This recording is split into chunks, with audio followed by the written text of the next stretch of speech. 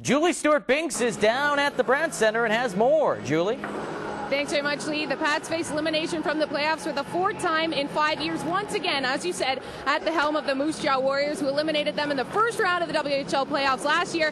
Tonight, not so much on the line for the Warriors as well, as if they suffer 2 losses, their postseason hopes are crushed. And, you know, as the year starts to wind down, it's inevitable that we reflect on why the Pats are in this situation right now. And I'm joined by Pats General Manager Chad Lang. You know, you had injuries this season. You've said that's plagued your lineup for quite a while. You went into the trade deadline with 5 wins under your belt. How much did that win streak affect what you decided to do?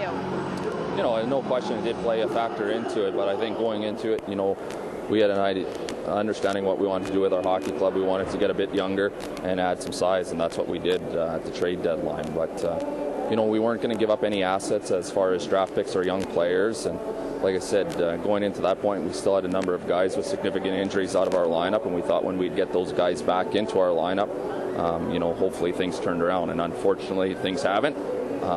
But it doesn't change our decisions. There's always the what-ifs in this game, but as a group, we're confident on the decisions we made. It's unfortunate for you guys because it almost went night and day. Then went on a 7-game losing streak. Your record was 3-9 in the month of February. Knowing what you know now, would you do anything different? No. You know, I think we're going to build with our group, and if you look at our hockey club, we finally created some depth within our hockey club. I think the situation that we're in, yes, we suffered a number of injuries that, you know, did plague our lineup, and I think if you look at the games that we've played in, a number of those games we've lost by 1 goal, and when you have key guys out of your lineup on a regular basis, it does take its toll. And one thing people need to realize is we've got a young back end, and nights that they were exposed, but you know, moving forward, it's good development, and the more opportunities that they gain this year, we think will be beneficial for our hockey club next year. Thanks so much, Chad. Good luck for tonight and for the rest of the season and going forward in the next couple of years. All right.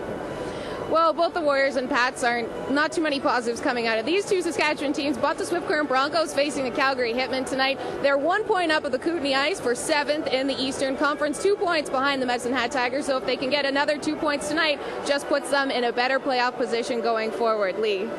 All right, thanks, Julie. And, of course, she'll be back tonight with highlights and post for 11:30.